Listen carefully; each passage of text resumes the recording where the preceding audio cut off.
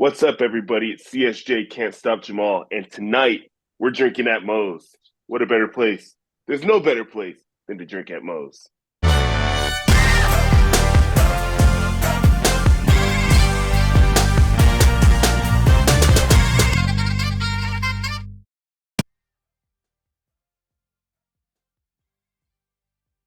All right, everybody, taking time out before we get this show started. I want to thank Reaper Apparel for having Drinkin' Mo's be a brand ambassador for their clothing line. They got good stuff. They got t-shirts, they got hoodies, they got beanies, they got lots of great stuff, encouraging everybody to break out of their comfort zone, live their best self, and hey, it's something I try to live every day. Now, be sure when you go and you're filling out your order, use the code Drinkin' at Moe's, get 10% off, and the link and the code will both be in the description. Let's fucking go. All right, everybody, welcome Drinkin' at Moe's. Big Mo here once again. You know the drill by now. YouTube, like, subscribe, share, comment, all that good stuff. Helps me with that pain in the ass YouTube algorithm. Hate the damn algorithm. We're most places you can find your audio podcast too. Leave a review there. Always helps. I love seeing it. Today, I'm excited to have with me Jamaal Starks. Can't Stop Jamaal. How you doing? I'm doing great. I'm glad to be here. We had a little audio issues in the beginning, but we got that figured out. We're here now. We got it figured out. We're all got good. It figured out. Yeah. We're smart guys. I like to think I'm all right. I mean, doing math in my head, not always my strong subject, but I do all right besides that. There we go. But yeah, I've had some great stuff over the last year involving wrestling, including to getting to meet a handful of my favorites, including some of the people that I've had autographed figures from. I like buying them not already signed. I like going up, meeting them, and boom, having that story. Yeah, there's nothing like just getting the authentic signature from it. You know, if you buy it and you didn't even meet the person, then what's the point, you know? Exactly. Because, yeah, I've been lucky enough, technically more than a year ago with some of them, but with, like, Swerve and Keith Lee, Head Shrinker Fatu, Rikishi, Drew McIntyre, Kushida, Rich Swann, John Morrison, and Taya Valkyrie, Lance Archer, and Hangman Page, and then Jeff Cobb. Oh, yeah, that's quite the collection. Quite the little collection. Yeah, I'm not anywhere near the Matt Cardona level, but I don't think any of us are ever going to get there. Yeah, that would. I think he wins that. Oh yeah, no, he's got that by a mile, yeah, or more. But first thing I like to start off with each guest with is what got you started as a fan, and then what got you deciding to make that leap into the business. Ooh, so as a fan, I remember. I think my earliest wrestling memory, my next door neighbor had SmackDown versus Raw 2007. So we used to play that like every week. And then there was one day we turned off the game and turned on the TV, and literally the first thing on was SmackDown. And I was like, okay, I'm hooked. Like, this is it right here. It's like peak television. The first match that was on TV was like Booker T and Kane Falls Count Anywhere qualifier for Money in the Bank. Oh my gosh, I was like hooked at that point. And it was like, I think what's cool about it is like, because like they were going through that phase of turning into the PG era, you know, like it was cool because like I was a kid around that time, and then right when the product started to go like, the indies started booming, and I found the indies around that time. So like my fandom just never died. So it was quite nice to watch.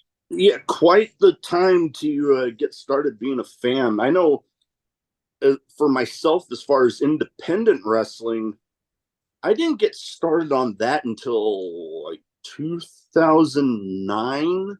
Mm-hmm. And I was actually stationed in San Diego and just Googled pro wrestling in San Diego. And then, boom, show popped up. I'm like, I know I don't got to be on base at that time. I am going. And here I am. Yeah. Yeah. It's like, I remember because, like, I think by the time I was in fifth grade, I think I made up my mind. I'm like, it's just like not a dream. Like, this is exactly what I want to do.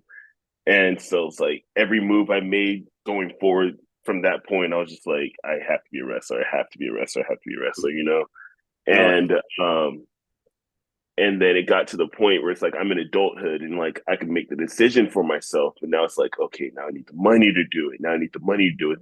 It gets to the point where it's like, okay, now I have the money to do it. I have no more excuses, you know? So that's when I decided to make the jump because it was just like it was just a set plan since I was a child.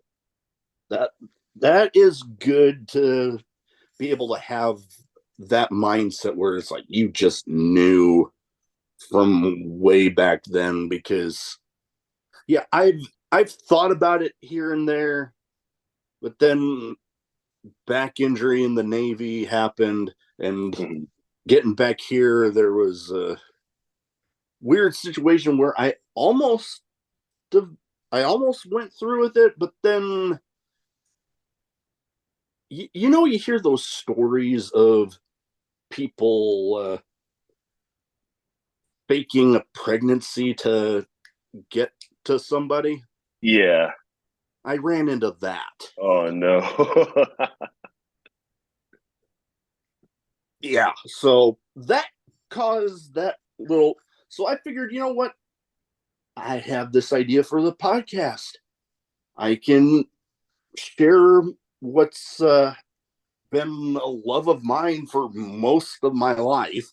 hmm And hell, I've been to the podcast. We've got to be a part of a fan fest at a show for Warrior Wrestling out of Chicago. Oh So, no. I've got to be little bits here and there. So, if Yeah. I couldn't be in the ring, I'm getting to do something. Right. Right. Right. It's like I feel like a lot of people. It's just like it's a really big dream for them, but it's always scared to take that first step to make the jump to be a pro wrestler because like there was a majority of my life, right? Like I think growing up, I was trying to convince myself that I wanted to do this or I wanted to do that instead, but nothing just felt like nothing felt right because like in my head, I'm like I have to be a wrestler. Like this is what I have to do. Oh yeah, and I can imagine. Yeah, you have those other things, but then your mind always goes back to that first thing. That hmm wrestling. Your mind always goes back there. So it's like, okay, my mind keeps going back there. So I guess that must be the thing that I need to be doing. Right. Right. Right. And curious thing that I had with the Can't Stop Jamaal. Where I love a good origin story, especially in wrestling. Where did that come up? Oh my gosh, it's actually a hilarious story. Oh, So, I'd love it. Let's go. so back before I debuted, like I had my gear and I was like I was waiting on I was training at Jesse Hernandez School of Hard Knocks at the time. And a few of the guys that I was training with, like I had my gear and like I was just hanging out with them or whatever, and they hadn't seen me in my gear. So I put my gear on so they could see it. And one of the guys that was there, he went on Quincy Elliott. He went on to be Quincy Elliott. He was training me at the time, and he looks at me and he goes, "Man, those tights are so shiny because I had these shiny black tights." He was like, "You look like a disco dancer, right?" And just started calling me like Michael Jackson. I'm like, this guy, right? And and he was like, "Man, you want to dance?" So he just started calling me like Carlton Smith too, like from Fresh Prince, right? Yeah. So he's like, "You know what? That'll be your name. It'll be Carlton Smith Jackson, CSJ." So that just became like an inside joke between the group. And then when it became time for me to debut, they're like, okay, you have to have a shirt that has CSJ just for the guys, right? And I was like, I don't know what to put on the shirt. And one of them, my friend Michael Badwolf, he said, just put Can't Stop Jamaal. That's it. And so once I left Jesse Hernandez School of Hard Knocks and I started working at Fist Combat for a little bit, uh, he asked me what my name was. I was like, oh, screw it. CSJ Can't Stop Jamaal. And that's basically how it was born. And I just took it and ran with it. That is interesting. You bring up the whole Michael Jackson thing. That got me thinking that there is a little tie-in, if I can remember the exact lyrics. One song where it's like, "Don't stop till you get enough." I never connected the two. That'd be a good little full circle moment. Yeah, like I was, as you were saying that, I'm like, I started humming it in my head, and I'm like, okay, I got to bring this up. Yeah, that's funny. Yeah, it was like when I was doing my homework, putting the notes together. I wasn't really thinking about that until you brought up Michael Jackson. I'm like, okay. Yeah, and I never really thought of myself of having like a name like Can't Stop Jamaal, but I feel like it's like the perfect name because it's like every time I meet people like just walking around on the streets, they're like, "Oh yeah," and they find out I'm a wrestler. It's like they go, "What's your name?" I go, "Oh, Can't Stop Jamaal." They're like, "Huh?" I'm like, yeah, you know why? Because they can't stop me. It fits. It Right, fits. Good mentality. When right. people coming at you, trying to take you down, trying to take a title away from you, and you'd be like, "Can't stop Jamaal." And it's so funny because I joke with people. I'm like, I have this heel persona, Can't Stop Jamaal, but the best part is he has a losing record. So like, so it's like, you know what? You might have beat him, but he hasn't been stopped yet because he will be back and he's gonna beat you down the line eventually, get his get back. Yeah, that's a good way to go about it. Oh God, a little off topic as far as the wrestling stuff goes, but dang, the Michael Jackson thing brought up another damn memory of the South Park episode where Michael Jefferson moved into town. Yeah. That whole episode. Come at my wishing tree. And then the whole part where he's playing that whole "got your nose" thing with this kid, and then his Uh-huh. kid goes to do it to him and rips his nose off. Rips his whole nose off. Yeah. Oh God, I love that damn episode. God dang. And hell, I was actually I had just got to San Diego not all that long when Michael Jackson actually passed away. Oh, really? Like, I remember getting off of work early, so I went back to my barracks room to take a nap. I got up to watch some TV. Before the nap, he was just in the hospital. But then I get up, watch TV again. He's dead. Yeah, it was crazy. I remember it too because at that time I think my family was living in Georgia at the time, and I can't remember if it was the same day or the day before. We just gotten my dog, so it's always I connect the two. It's like when Michael Jackson passed away, I got my dog, and he's like hovering around me right now. He's like trying to listen in on the podcast too. My no, hey, what breed of dog you have? I have a boxer. Okay, Yeah, okay. My he's a little mother-in-law deaf, so I have used to like start waving in his face every time he starts barking. to. My mother-in-law used to have a boxer. My wife and I have, at the moment, we only have one English bulldog. Mm-hmm. Love that guy. I leave the door open. I record in my basement. I leave the door open in case he wants to come down. But that happens every once in a while. Mm. Now, getting back into the wrestling side of stuff, when it comes to California, it's I think it's no secret. It's considered one of like the meccas of independent wrestling. Mm-hmm. It's California, and then there's a couple spots on the East Coast. Um, and with the sheer amount of promotions, personalities out there, what is one thing that you do or that you found hard to set yourself apart from everybody? Because especially with that much out there, I can see it being maybe not so easy sometimes to set yourself apart. Mm-hmm.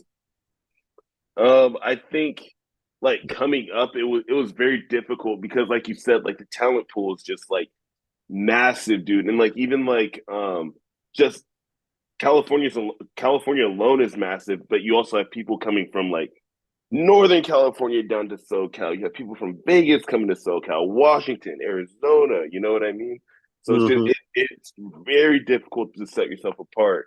Um, I think what I tried to do best was just I tried to be myself as much as I can because there's honestly not going to be another you out there as long as like you're uniquely yourself. So I think once I started to understand the concept of like taking yourself and turning it up to 100, as cliche as that sounds, you know, once I started to really understand that concept, it was like, oh, okay, now I'm starting to kind of get it. You know what I mean? Because like Yeah. once you start being yourself and incorporating more of what's truly of like who you truly are, then it becomes a lot more fun and it feels very very natural when you're delivering your performance to the crowd. Oh, totally gives that authentic feel. People Mm-hmm. can sense that that is truly you, as opposed to just playing some off the wall, nowhere near you sort of character. Right, right, right. I can get that, and yeah, but California was where I got my start watching independent wrestling. Getting to see guys like though Adam Pierce when he was the NWA champ Mm-hmm. at the time. I saw him a whole bunch. Trying to think of who else notable. Joey Chaos from Santino Brothers. Mm-hmm. He was Yeah, in. like PWG and all those promotions. I when I started watching independent wrestling, I think the first like full indie show that I watched was a pirated version of Mystery Vortex 2. And that card was just it was like the most perfect card. It's like looking back on it, just the amount of talent that went on to like the big stars in like WWE and AEW, ROH and all that. It's just insane like how much star power they had on that card back then, you know? Mm, yeah, no, definitely. And hell, you got a little bit better of a start than I did on indie wrestling watching. My first show was actually a elementary school fundraiser, and it was right before the promotion's big their version of WrestleMania. Uh-huh. And that was my second ever show, and that's where I got to see Joey Chaos for the first time. Mm. Got to see him a handful of times, and good lord, trying to think of who else I'm. Akira Tozawa ran through that promotion at one point. Oh God, yeah, it's been a while. Mm-hmm. Been a while, but yeah, fond memories for me there. Now, something that I wanted to bring up with you because it was kind of funny for me trying to do my homework for the episode. When I went to Google you came up like your pro wrestling tee store, but then what came up more was a guy from my favorite team here, James Stark, the football player, but Uh-huh. then also Ricky Starks. Ricky Starks. Yeah, that came up, and I'm like, okay. Like I was able to fish through what I needed to get stuff for my notes, but then I'm like, good Lord, there's so much here for these other guys. Yeah, I'm still working on like trying to get my name out there. Hopefully, like one day you'll be able to Google my name and just like a ton of information comes up on me. You know what I mean? That would be Um, awesome. yeah, we're grinding every single day trying to make this happen. You know? Oh yeah. Nope, I'm definitely been in that mode a bit myself when I realized how close to the 200th episode that I was getting. I'm like, oh boy, I'm going double hard now, man. I Hmm. am like, I'm not taking a break until I get that one recorded. Hmm. And well, Here as of we are. yeah, as of this episode, we're one closer. And my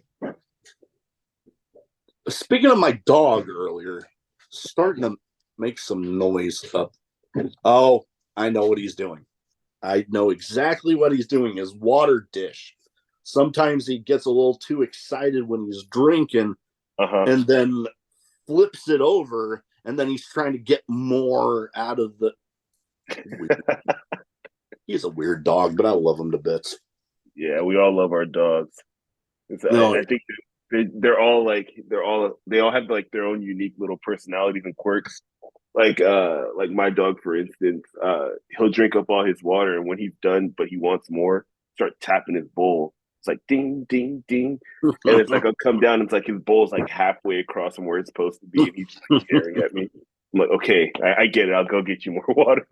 yeah, my dog upstairs, he definitely has little things like that. Like I know when he needs to go out to do his business, when like he will have gone from just laying there and napping to all of Uh-huh. a sudden he's sitting up and he's staring at me, just staring at me like, okay, come on. And then the moment I get up, right to the door. Yep. Or when I'm petting him and I stop and he'll start pawing at me like, hey, I didn't tell you to stop. Uh-huh. Yeah. Oh God. I lots of stories I could tell about him. Now we kind of talked about a little bit about where you're wanting to go. What are some of the hopes you have for we're now in the new year Yeah. for 2024?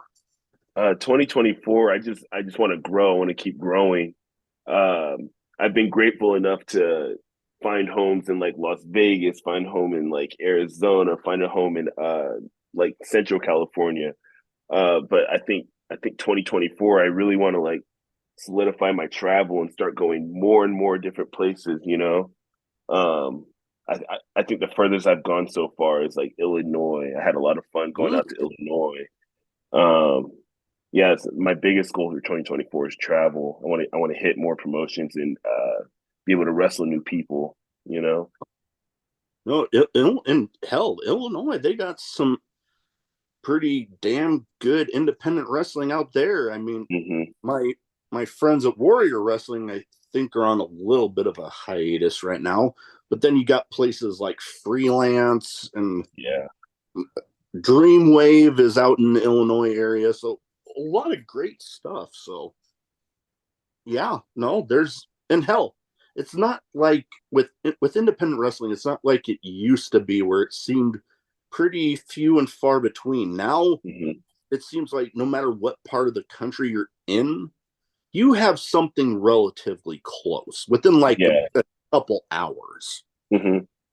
It's crazy because like I think like I said, like I've been watching independent wrestling since like the boom started.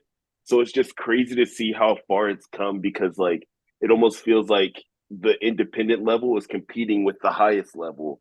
Whereas before it felt like the highest level was up here, the independent level was down here. Now it's almost like almost an even playing field, you Yeah. know? So it's very fascinating. And like out in Illinois, like the Midwest is killing it right now, you know? There's a lot of great talent out in the Midwest right now too. Oh, most definitely. Some that I have definitely said I'm surprised that they're not signed. Like a couple people that compete for some promotions here in Omaha, Nebraska, where I live, Mm-hmm. that I'm constantly, whenever promotions that I'm familiar with out in California are asking, oh, who do you want to see there? I'm always tagging them. Like, Mm-hmm. get these guys out there. Yeah. Yeah. Yeah. So yeah, that I'm, and hell, who knows? I'm looking forward to someday getting myself back out there, because I've had friends constantly telling me, hey, you should come back out here. You always got a place to stay. And I'm like, well, if we can figure out a time and a show, then yeah, let's do Yeah. it. Yeah. Yeah. There's a lot of good shows. I want to get back to San Diego a little more. I haven't been out there in it's almost been a year since I've been to the San Diego area. It'd be fun to go back out to San Diego. Yeah, I consider that place like a second home. Mm-hmm. Definitely a special place in my heart. Like hell, I've been a huge Padres fan for most of my life, ever since the days of Tony Gwynn and Trevor Hoffman and all those guys. Mm-hmm. So getting to actually go to the games on a regular basis, I was like, I was in heaven. With the bars all surrounding the field and everything, you're like, yep, this is it. Yep, definitely. All right, now I have two categories here that I like to round off the show with. First one's a bit of a name game where I give you the name of somebody, you give me some quick thoughts on the person, and I try to theme it towards the guest as much as possible. And with the California connection here, I figured each of these guys is got that California connection as well. Right. First one, doing his thing back with the Impact or TNA or whatever the hell they're calling themselves now, Frankie Kazarian. Frankie's there. It's funny. I shared a locker room with him once, and then he came out. I was training out Jesse's a few months ago, and he came out there with his wife Tracy, Hmm. and yeah, he's a great talent. I mean, I would love to share the ring with him one day. Uh, like world traveled, you know what I mean? Mm-hmm. Like it's insane, like the amount of contribution he's given to the business, and like he can still go in the ring too. Oh, totally. Yeah, he's really really good. Yeah, Yeah. Kaz, he's like up there on the list for sure. Oh, totally. Yeah, this run with I guess we'll just stick with TNA now. Hmm. This run that he's having with them, well, maybe not so much productive on like amount of titles. He definitely seems to have had a bit of a resurgence. Like the life has been breathed back into him in a way. Yeah, yeah, and especially like with them rebranding back to TNA, it's like he has to feel like he's back home, you know. Like Yeah. I know when they rebranded to Impact, I don't know what that must have felt like for him, but like to have came up in TNA, made your name with TNA, just for the history to almost be erased. I was just talking to my girlfriend the other day, and it's like it's insane that like TNA is where they're at now, because they were literally on the verge of just like total collapse, just Yeah, total they were collapse. just about there. Yeah, so it's crazy to watch like an Impact pay per view from like 2018, 19, as recent as that, to where they're at now. It's Oh, quite awesome, quite awesome. oh yeah, the quality. They've always had the talent there, but Hmm. the quality of like from the production to, it just seems like the talent there now just take, not that they didn't back then, but they just seem to be taking so much more pride in where things were to how they are now. And Right. just thinking about that, and that carrying into, their matches and everything. I've always said that they are a criminally underrated product right now. Oh, definitely. Like if they had the TV deal that WWE or AEW has, oh boy, they'd be giving people a run for their money. Yeah. Yeah, definitely. Like, and I think what's great about that promotion too is like they're very they're I feel like they're more progressive than like say a WWE or an AEW, even an AEW for instance, because like you'll see them like go to the lengths to like have those crazy character storylines, but also like have those crazy work rate matches, but also have like a little sprinkle of like intergender wrestling every now and then. You know what I mean? That and Yeah, that's something that you don't see at those like AEW or WWE. You know what I mean?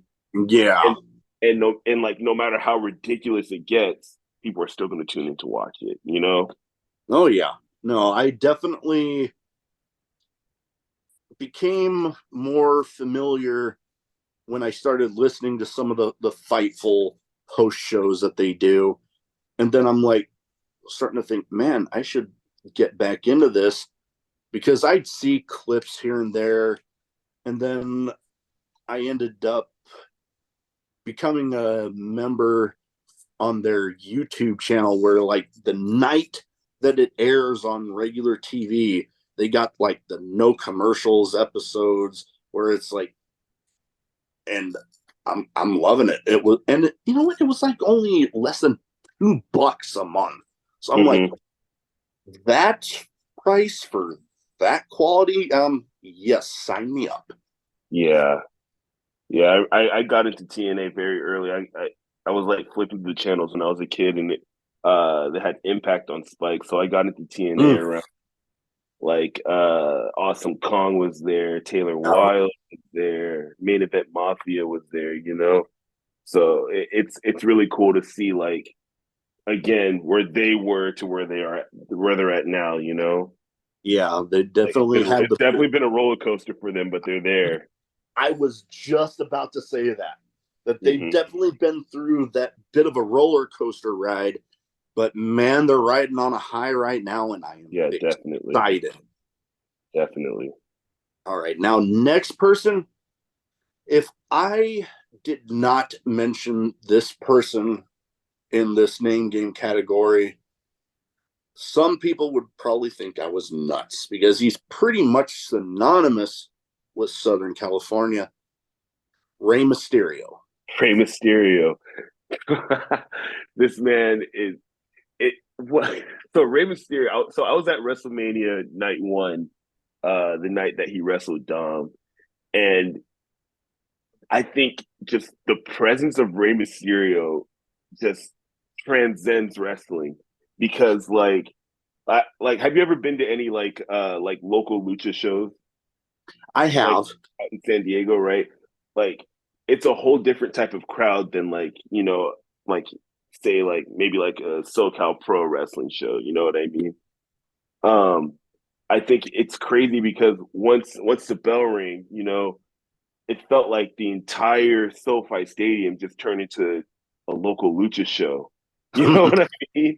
Just that crowd, you know what I mean? So the energy that he brings is just it's beyond wrestling. Rey Mysterio is like a true legend. Oh, most definitely. I've not had the opportunity to get to meet him, but yeah, seeing him go from, AAA to ECW to WCW and all the way through, going through Lucha Underground, into New Japan, and then back to WWE. Right. He has been everywhere and has just been wowing audiences the entire time. Right. And it's crazy because like even like when he got released back in when was that like 2015, I think? Somewhere around there. 2014, somewhere around there. It's like I think everybody would have thought that he would have just, you know, gone off maybe like an ambassador or whatever.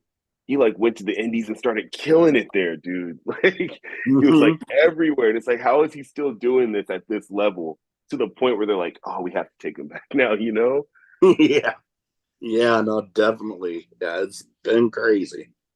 All right, now this one, I guess the next guy, I had almost forgotten that he had that California connection, and he's definitely been, for the lack of a better pun, because I mean it's in his name, Powerhouse Hobbs.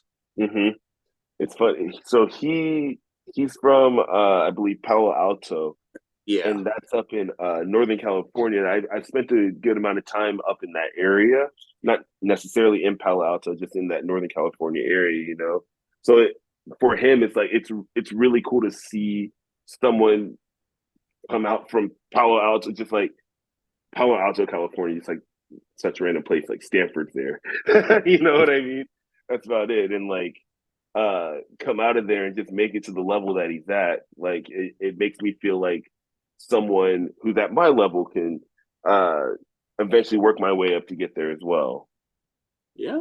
And, more so with AEW, they definitely seem to be way more indie friendly Mm-hmm. than, I mean, nothing against WWE. They've been improving, but yeah, when it comes to which promotion's more indie friendly, AEW is definitely leaned more that way.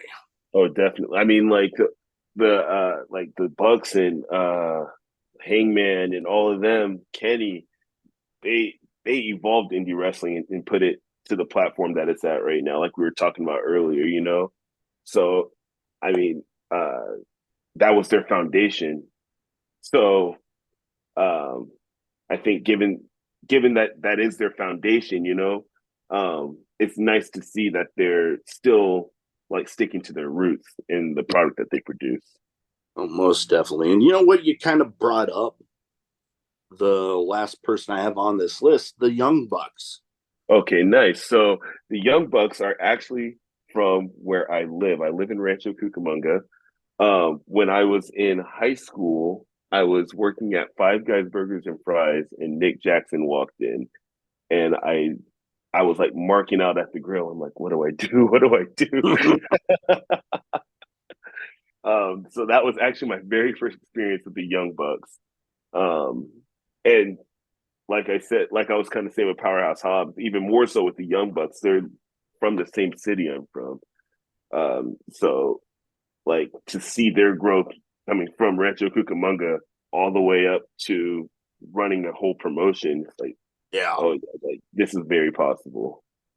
definitely. It keeps me at my level motivated to keep That's good. going. You know.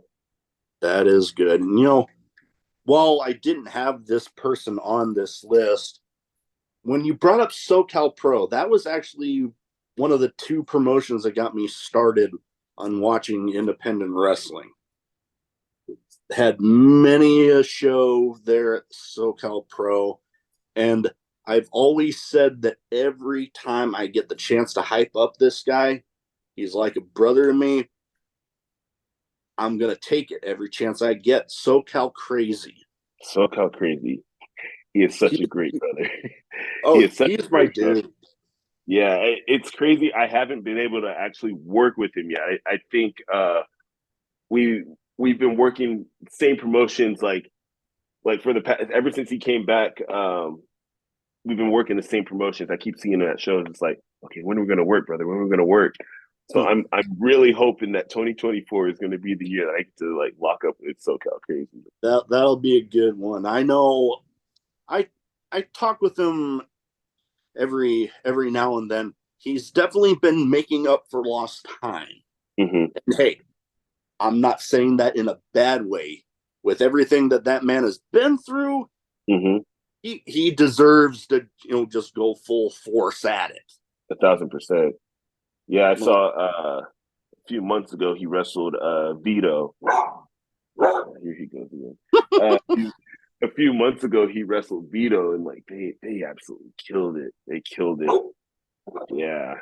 Oh yeah, and getting to be a part of training class there at the New Japan LA dojo.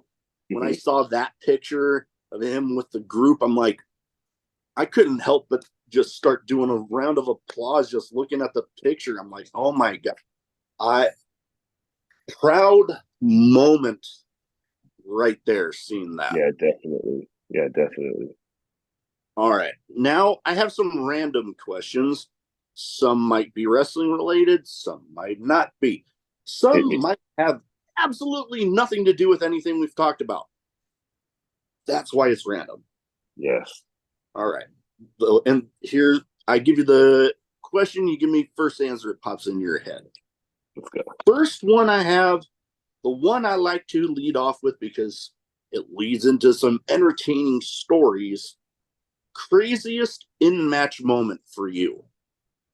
Ooh, craziest in match moment. Um, so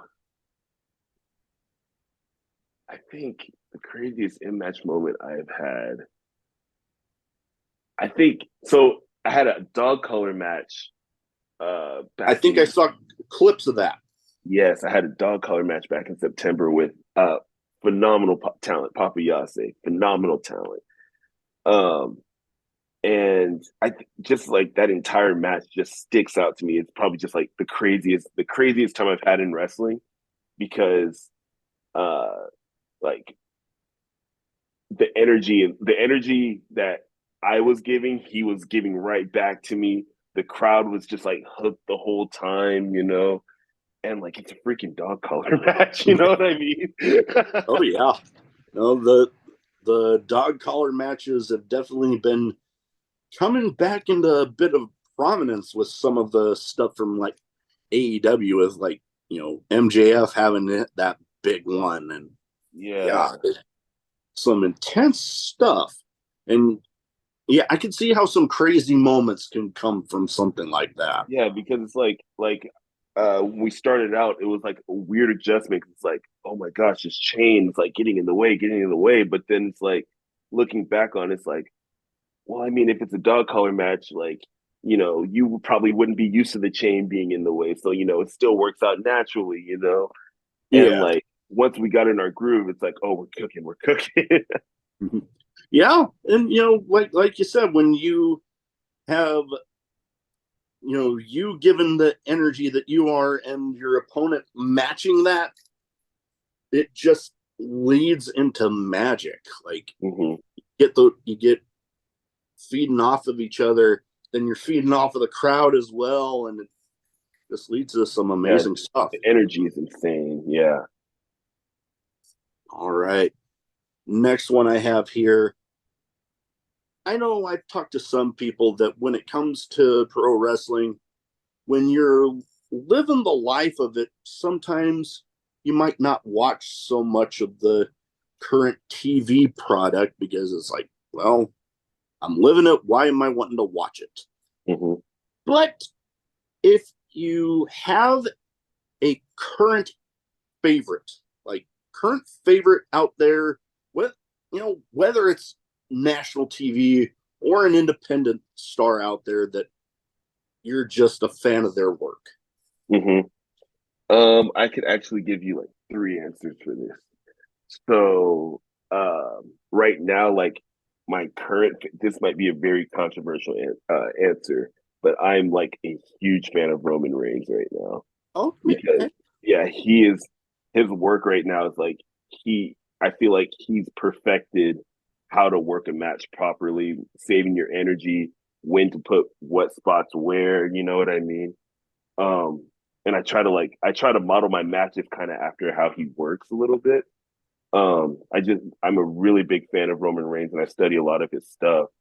Um, on the independents, my favorite right now, of course, is just Matt Cardona. I've been a huge fan of him since I was a kid. I was like the Z True Long Island stories. Like I was watching those from episode one, and like the idea that he's on the independents right now, and like any given day, I could either share a locker room with him or even work him in the match. It's just like the child in me, like, come on, it's gotta happen. You know, yeah. like Matt Cardona, he's definitely like worked to get the spot that he's in right now, and like, uh, No, yeah, he's my favorite on the independents, and in all time, I don't have to say Randy Orton's my favorite all time. okay. I Randy mean, Orton is the perfect wrestler. hey, the success that man has had in the ring, I don't think there can be much of an argument with how great he is in the ring. Yes. My only issue with him is kind of outside with the whole way he got kicked out of the Marines, Mm, which, I mean, me being the veteran I am, but I can put that aside and acknowledge that the work that he's been able to do in that ring, amazing stuff. Can't deny it. He's such a natural in the ring, and just like the way he moves, his timing and everything. It's his execution of everything. It's just like so spot on, you know. I know some of my current favorites. One, Samoa Joe. Love him. And I'm happy as hell that he got the AEW title. Yeah. The other national TV one, Kevin Owens. Love him. The work him and Sami Zayn did. And you know what? Funny thing with him, me and my family, we were at Disney World a couple of years ago. And all of a sudden, we're getting ready to leave. I think I dropped something or something. I bent down to pick up something. And all of a sudden, as I'm getting up, almost bumping into me, I see that T-Rex skull tattoo on his shoulder. And I look up, and I'm like, oh. And he was with his family, so I'm like, you know what? I know I saw him. I'll leave it at that. I don't want to cause a scene for his family time. But I will admit, I ran up to my wife, and I'm like, oh my God, oh my God, oh my God, oh my God. But independent level, Matt Cardona, yeah, he has definitely proven that getting released by WWE isn't the death nail in a wrestling career that it might have been back in the day. Right, because even like as recently as like I think it was yesterday, Dolph Ziggler shows up in New Japan. You know what I mean? Yeah. And it's like I didn't even have that on my radar. So it's like I think the wrestling business right now is just it's insane right now. It's a great time to be a professional wrestler or in the wrestling business in general. Oh yeah. I know some of my personal favorites. I've actually got to meet some of them because they worked for Sami Callihan's promotion, Wrestling Revolver. And one is their current champion right now, and Jake Christ. He's been on a bit of a redemption story from, battling addiction issues, and then now he's helping other people out. He's getting the shots that he is with, being the Revolver champ. I've actually had him on, which was pretty cool. Right after the video came out of when he burned the IWA Mid-South belt. I had him on right after that. Oh, nice. And then some of my personal favorites that I haven't got to have on the show yet, the Second Gear crew, Mance Warner, one called Manders, and Matthew Justice. I've got to see them a handful of times at Revolver, and I got my picture taken with Mance Warner and Manders. And the thing I like to do is next time I know I'm going to meet them, I get an 8x10 made of the picture and I get them to sign it. Yeah. I got my one of them sitting off to the side here. I'm waiting to get it framed so I can have it up behind me. Yeah, I got to put that up on the wall. And I love it because I got to actually joke with them in person about how I say that their matches might as well be sponsored by Home Depot with all the shit that gets thrown around. I told them your matches might as well be sponsored by Home Depot, and they just laughed and loved it. That's funny. All right, now next I get a laugh out of when people talk about like big lottery jackpots and like, oh, you'd never be able to spend all that money. And I'm like, shit, you have what I like to call fuck it money, where you could literally be like, you know what? I've always wanted this, never been able to afford it, but I sure as hell can now. Go out and get it. If you had what I like to call fuck it money, what is the first thing you'd get? The first thing I get is wrist tape because wrist tape is so expensive. Okay. I think choice for the wrestling career. Yes, that's an investment for sure. The first thing, the second thing I would get, maybe I would get probably tickets to Japan. I've always wanted to go to Japan, Mm, you know, even if it wasn't like wrestling related, that'd be, I I feel like it'd be a very, very fun trip to go on. yeah, I would have to admit that is definitely on my list of stuff I'd love to do. When I was deployed, we got anchored off of Japan for a while, so like I could see Japan, but only a few people actually got to go on land, and I Mm, one of them. Oh well, but yeah, no, it's been on my bucket list to. I mean, it wouldn't have to be Wrestle Kingdom, but it would be a plus. nice. Yeah. But like I've seen so much of the shows there in Japan, and I've seen like okay, dream trip. Like if I had fucking money and I was able to do this, I've seen the YouTube videos of people that like they review those like fancy ass like first class seats where it's like your seat turns into a bed and then Hmm. they have like their pod there. Yeah. I would buy one of those tickets, and I'd also seen the videos of those capsule hotels. Hmm. I would buy the plane ticket. I would stay in one of those, and I'd go to Wrestle Kingdom. Yep. That's the perfect trip. Oh yeah. Oh man, I would be in heaven. Yes. And hell, some of the stuff that they've been able to bring up, like shit, Dolph Ziggler going by the name his real name now, popping up at Wrestle Kingdom this year.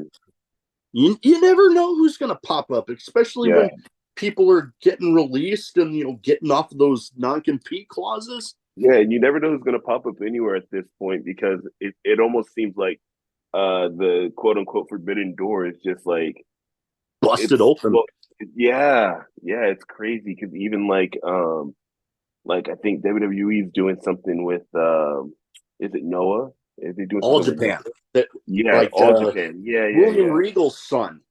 Hmm.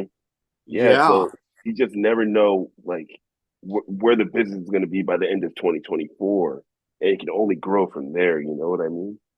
totally. All right. Now, I would feel weird if I didn't have this question in here with a name of a show like I have.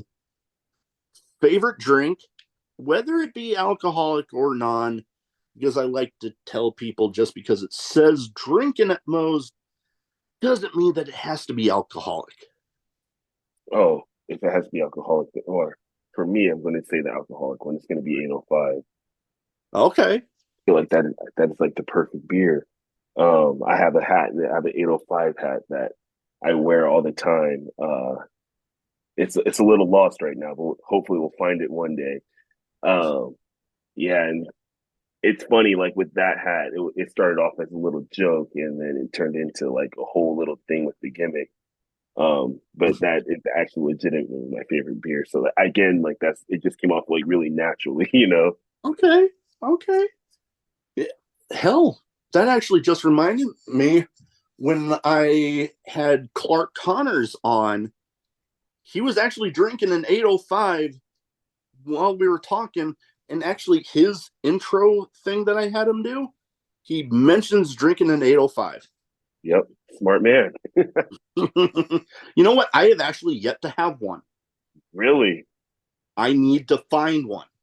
Well, see, next time you're in California, you got to hit me up and we'll go get one We'll make it happen. and make All it right. happen. Oh yeah. No, I like to consider myself an equal opportunity beer drinker. I'm like, you put it in front of me, tell me, hey, you need to try this. I'm trying it. Right. All right. Now, last but not least, best advice you have for anybody wanting to get into wrestling. Well, first, save your money.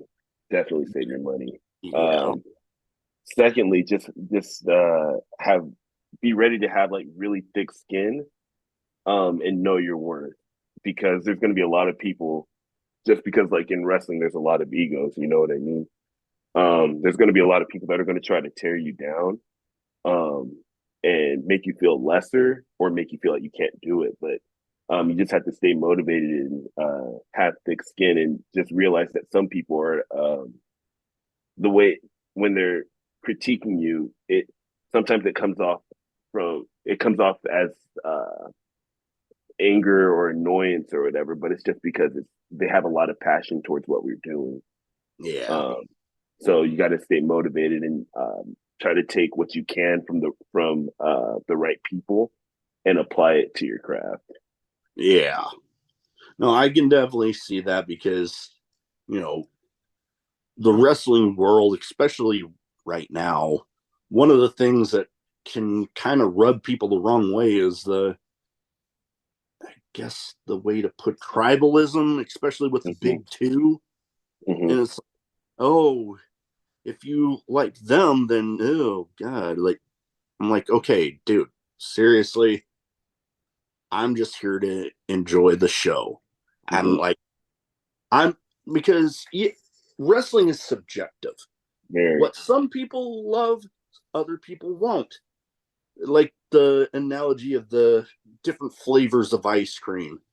You know, you have those that like one, don't like the other. And then you have people like me that's like, put me down in front of it, I'll watch it. Mm-hmm. So, yeah, being able to not take things so personally, which can be a little easier said than done Right. sometimes. And You know, even with like advice that's given, always be open to like trying new things because you never know what's going to stick and what's going to work.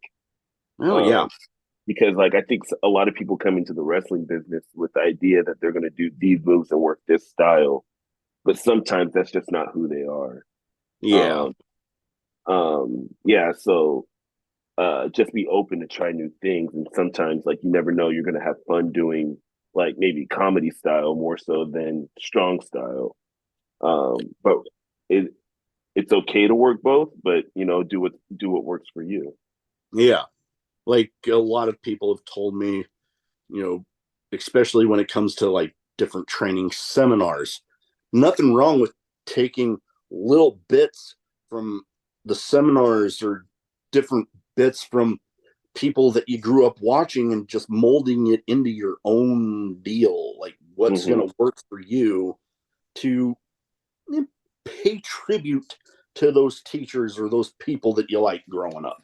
Right, right. Definitely. Because like even like for myself, it's like um I try to implement a lot of like the Roman Reigns style, but like I try to implement a lot of like Randy Orton style selling, or like even like sometimes the Ziggler style selling. But there's other times where it's like I work in a tag team with my tag partner Alan Breeze. I think we're a little more comedy and be a little more funny. You know what I mean? So it's okay to just branch off and be different sometimes. We all want the business to succeed and the business to do well. Um, Right. so there's no point in just being negative about it when we all want to succeed. Definitely. The more opportunities out there, the more one succeeds, breeds off more opportunities for everybody. Right, So the more one place is doing better, the better for everybody else. right. If you make a fan at one show, they're almost guaranteed to go to another show, whether it's your show or someone else's show. So it's making the business better for everybody. Most definitely. All right. Now, before we go, where can people find you social media wise? So if they don't already have their eyes on you, they can go ahead and get them there. On Instagram and X, it's the same. It's Can't Stop Jamaal. Two ways after the M. A lot of people forget that. So Jamaal. Hmm. Um, Instagram, Twitter, or X, and YouTube. Can't Stop Jamaal as well. We'll get all of that in the description. That is about all I have. Thank you for taking the time to talk to me tonight, and best of luck out there getting those goals for 2024. Yes, thanks for having me. I'm glad to be here.